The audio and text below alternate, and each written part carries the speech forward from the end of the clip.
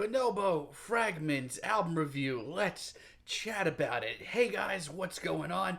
John here from What's Spinning here. I'd like to chat about this latest album from Bonobo, aka UK musician, producer, electronic artist Simon Green, who has honestly been at it a lot longer than I realized. The guy's been very active in the electronic music scene since the early 2000s. And with the release of his debut, And Magic, I thought he was actually onto some pretty cool stuff. He joined the wave around that time of these electronic artists that were very hip to blending trip hop and new jazz and IDM and electronica and plunderphonics and more. And honestly, I felt like this debut goes pretty underrated. Like, this goes toe-to-toe with anything that was truly groundbreaking at the time.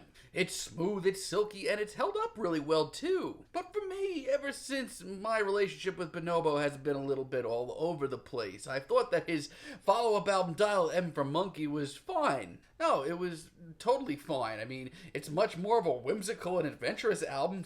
That's really a plus. But it wasn't as cool at the end of the day. It didn't have that sleek sense of cool to it. It wasn't as hip. And by the time we got to 2006's Days to Come, I didn't really know what to make of Bonobo's music anymore. The album at its core had a lot of the same qualities. The breezy atmospheres were here, the interesting influences were here. But everything else about this album just didn't sound as free sounding to me. It just sounded so manufactured. I mean, I did think that Black Sands was a little bit of a bounce back, but I had some different issues this time around. More often than not, I found Bonobo's music these days just to be very entry level, not pushing any boundaries anymore, just very, very casual. And by the time the North Borders came around, I kind of felt like I was listening to a knockoff of Fortet, but this was around the time that Fortet was honestly pushing out some of his best stuff. I didn't feel the need to listen to Bonobo anymore. Now, 2017's Migration, I didn't think it was a bad album at all. I actually thought it was one of his better ones in a long time, even if it wasn't pushing anything outside the box. At the very least, it was really nice to listen to, and I thought he was bringing on some of his better vocal guests this time around. Now, I wasn't even going to listen to this new album, let alone review it, but leading up to this album, Simon came out in a statement saying that this was some of his heaviest material to date, some of his biggest sounding material to date. And while that's up for debate, I couldn't help but really enjoy a lot of the singles leading up to this album. Let's chat about it. This album starts off with Polyghost featuring Michael Atwood Ferguson, and honestly, it's a really nice intro to this album's sound. It's a very whimsical, very serene start. I love the vocal samples as well. Honestly, though, it's the full picture on this track. It's got this dramatic, very cinematic edge to it that I really like, as well as some really sweet production tricks. This just feels like Bonobo really thought this out. It's a really great introduction to the sounds of this album. Then we have Shadows featuring Jordan Rocky, and honestly, I've enjoyed this as a single since it dropped. I love the vast atmosphere and this beat that just seems to be really progressive, actually. Really builds right from the start into something big and bulky with a serious groove to it. I also really like Jordan's vocals on this part, which is honestly one of my biggest criticisms of like the last 4 Bonobo albums. More often than not, it's his vocal gaps that put me to sleep. I actually think his soulful performance, though, here is pretty sweet. It really works very well against this very glistening groove. On the other hand, Rosewood actually has a really fantastic vocal snippet. It's got a really great dance groove as well. And for a few short minutes, I just kind of remember everything that I once loved about Bonobo, even if this is not reinventing the wheel. I mean, like I said, yeah, it's nothing wildly new, but it gets me up and grooving. It's seriously got some funk to it. Then we have Otomo featuring Flynn, and honestly, this is one of my favorite tracks here. Once again, it's nothing fancy, but it sounds like Bonobo really getting back on track. I love the sampling here. That's gravy. I love O'Flynn's vocal snippet here. It is haunting. And the story here is how much this track picks up. This goes hard. The production here is sharp too. This is a genuine banger. We have Tides also featuring Jamila Woods, and this one is much more on the dreamier side. It's a little bit more relaxed. And honestly, between Jamila's vocals and the hypnotic rhythms, it's another knockout. They do really well with each other between the silky production and the lapping instrumental. It's really hypnotic.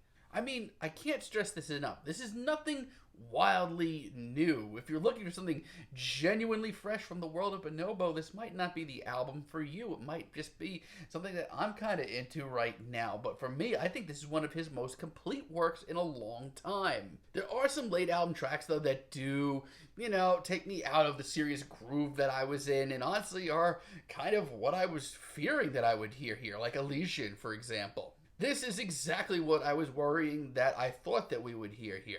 This is like elevator music. This is the bland underbelly that I knew that Bonobo could get into if he wasn't careful. It's uneventful, it's bland, it's not interesting. Seriously, it's 3 of the most boring minutes of music that I've heard in a while. Closer isn't exactly much better. This is a dime a dozen beat and it's over 5 minutes. It just doesn't progress at all. This is exactly where I was scared that most of this album would be. And Sapien, I don't know, it's not bad, but it's just easily one of the safer tracks here. I just feel like this is such a step back when most of this album has been a pretty decent step forward. Like, it reminds me of where we've been with Bonobo and not where we're going.